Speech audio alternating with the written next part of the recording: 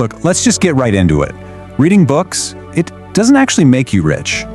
Finishing one just kind of feels like progress, even when literally nothing about your life has changed.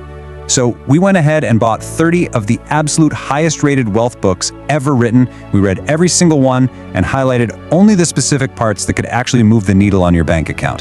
What survived all of that was about 40 minutes of pure material. And this explainer, it's those 40 minutes compressed down into about 10. No fluff, no filler, no rambling 8-minute intro before we get to the first real idea. Now, there's this multi-year study on self-made millionaires, and it uncovered a stat that honestly should bother you a little bit. It turns out almost 9 out of 10 of them read for at least 30 minutes a day. And we're not talking about scrolling through headlines or reading fantasy novels here. They read books that actually taught them something totally usable. But the flip side of that is just as revealing. People who are stuck living paycheck to paycheck, they almost never did this. See, the massive advantage wasn't just the act of reading itself, it was reading with a distinct purpose. So to make this actionable, we've organized everything you need to know into 4 distinct modules: mindset, income, assets, and leverage. And a quick warning, if you skip a module, the ones that come after it just stop working. It's like installing code. You need the whole sequence. All right, let's start with Module 1, Mindset. This is all about fixing the foundation. We're starting at the very bottom of the stack here. And surprisingly, this first module has absolutely nothing to do with money itself. It's actually about a core belief that most people never even question, a belief that's quietly kept them broke their entire lives. Morgan Housel's The Psychology of Money points out something most of us totally miss. True wealth is invisible. It's the fancy car you explicitly didn't buy, or the luxury trip you postponed. When you see people out there flaunting stuff, it's usually just proof of cash leaving their account, not proof that they actually have it. Rich Dad Poor Dad gives us a brutally simple test to catch this behavior in ourselves. Before you buy anything, ask, does this put money in my pocket or take it out? An asset feeds you, a liability feeds off you. And the millionaire next door backs this up with data that people always find hard to swallow. The average millionaire? They drive a used car and live in a perfectly ordinary neighborhood. The people who look rich are usually the ones who are dead broke.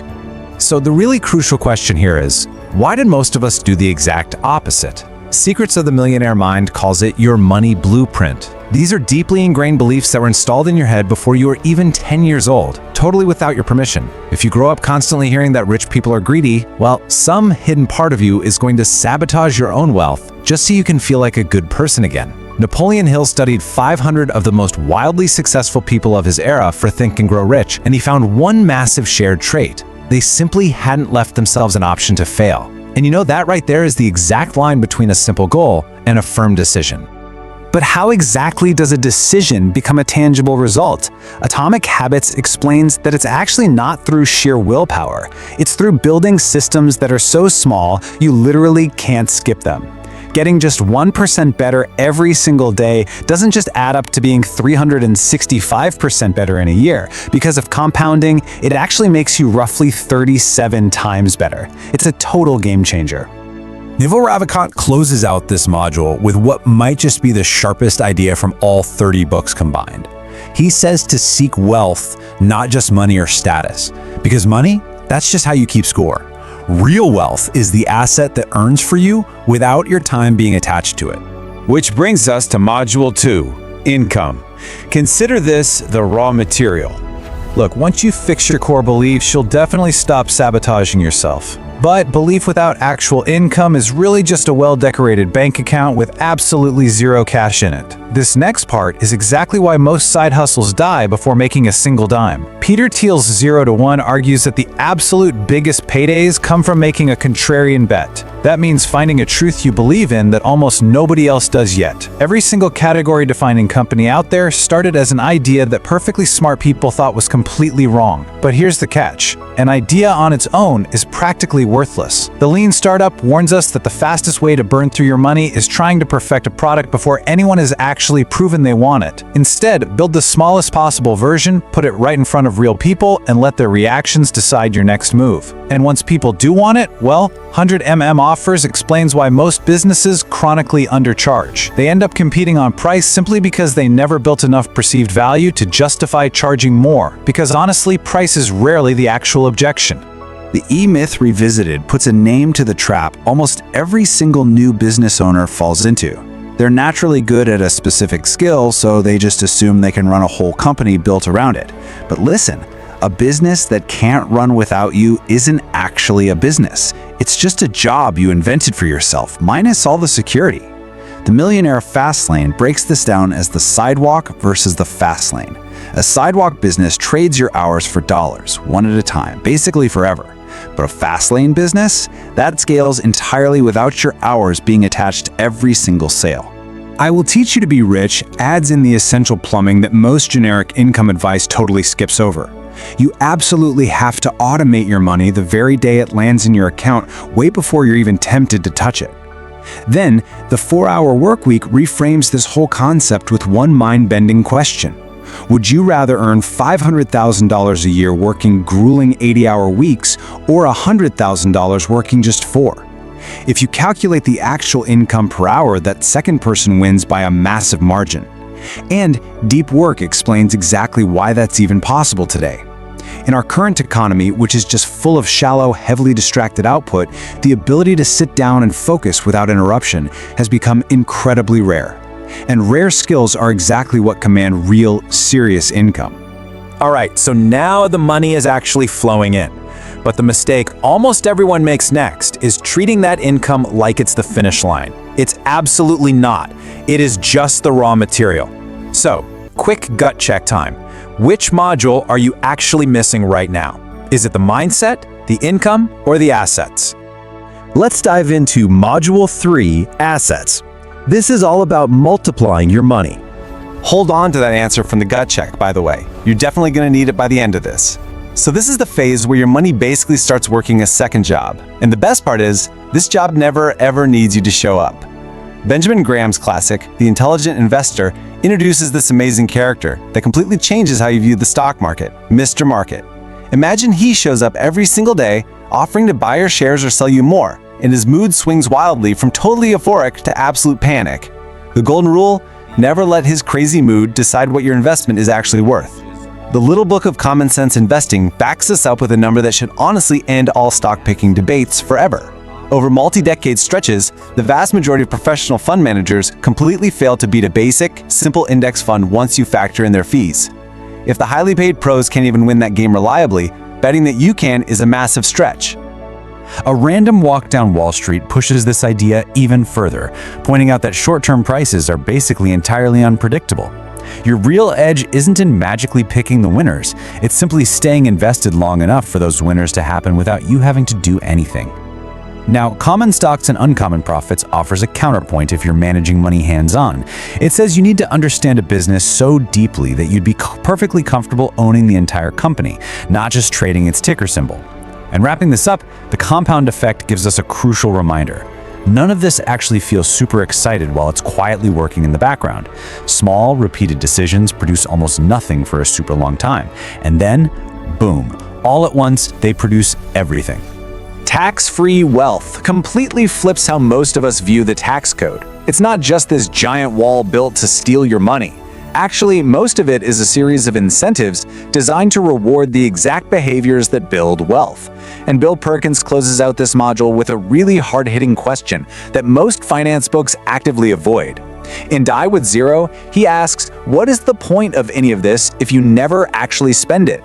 Think about it. An amazing experience at 25 is objectively worth far more than that exact same experience at 75.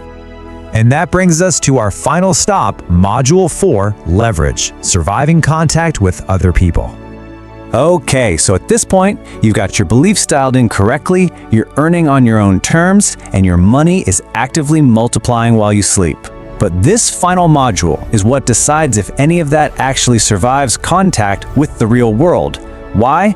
Because money drastically changes how people treat you long before it ever changes the numbers in your bank account. The exact moment money enters the picture, so does everybody else's opinion about it. Robert Cialdini's Influence breaks down 6 powerful triggers that quietly steer our human decisions. Things like reciprocity, scarcity, and authority. If you learn these, yes, you'll sell more. But more importantly, you'll instantly notice the moment someone else is trying to use them on you. Never Split the Difference, which was written by a former FBI hostage negotiator, centers on this brilliant concept called tactical empathy. That means understanding the other side's position so precisely and making them feel so deeply heard that they become far more willing to move towards your side. Then Profit First comes in and takes the standard business formula, sales minus expenses equals profit, and completely flips it on its head. Make it sales minus profit equals expenses. If you aggressively take your profit off the top first, your business is literally forced to get highly efficient with whatever is left over. Extreme Ownership, written by 2 former Navy SEAL officers, lays down one absolute rule. There are no bad teams, there are only bad leaders. Every single failure you experience eventually traces right back to a decision you either made or completely avoided making. Then there's Good to Great, which found that companies outperforming the market for 15 straight years all shared this hedgehog concept.